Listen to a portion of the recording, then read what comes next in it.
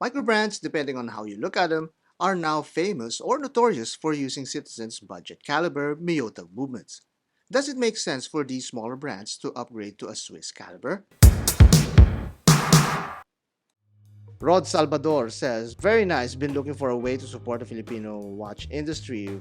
What are the chances that they start sourcing Swiss movements? Although there's nothing wrong, I guess, with sticking with Japanese movements. This is in Salmon is perfect. Yes, and they have a Salmon version also.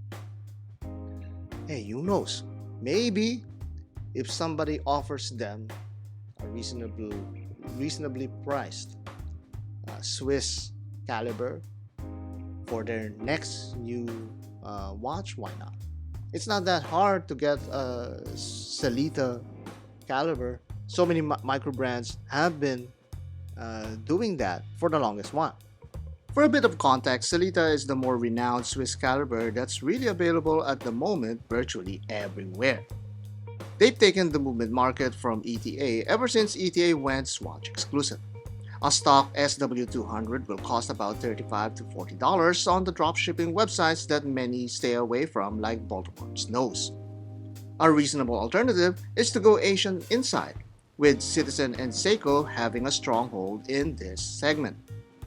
China is also getting more attention, but there's still a stigma around them that deserves a video unto itself.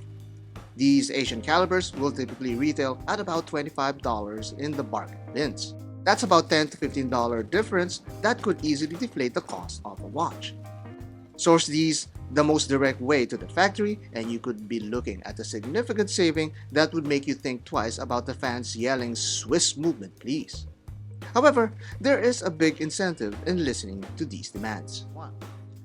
The thing is that the Guzman, I think, this is not coming from the Guzman, okay? I'm a Filipino, I know my budget. If when I was in the Philippines, I know how much money I'm willing to spend. But their market is the Filipino market, and it's a little, we tend to have less or earn less than your usual American counterpart. So having a Salita will push that cost a little too high. And honestly, I think their cost is already low. I don't even know how De Guzman is keeping up with their business. They could actually charge more for their watches, but they don't. So that's actually a good thing. So don't abuse that. Don't wish for something that you might regret in the future. But so far, look, I mean, De Guzman, if it's a Celita or it's a Miyota, you barely notice the difference anyway. And this is the truth that many watch enthusiasts are starting to wise up to. As they wear these budget microbrand watches, many find that the caliber inside really matters far less than they originally thought. Aside from the occasional grittiness, the inaccuracies, and general nagging thought of an inferior machine inside a men's fashion accessory, Swiss and Asian calibers are nearly interchangeable.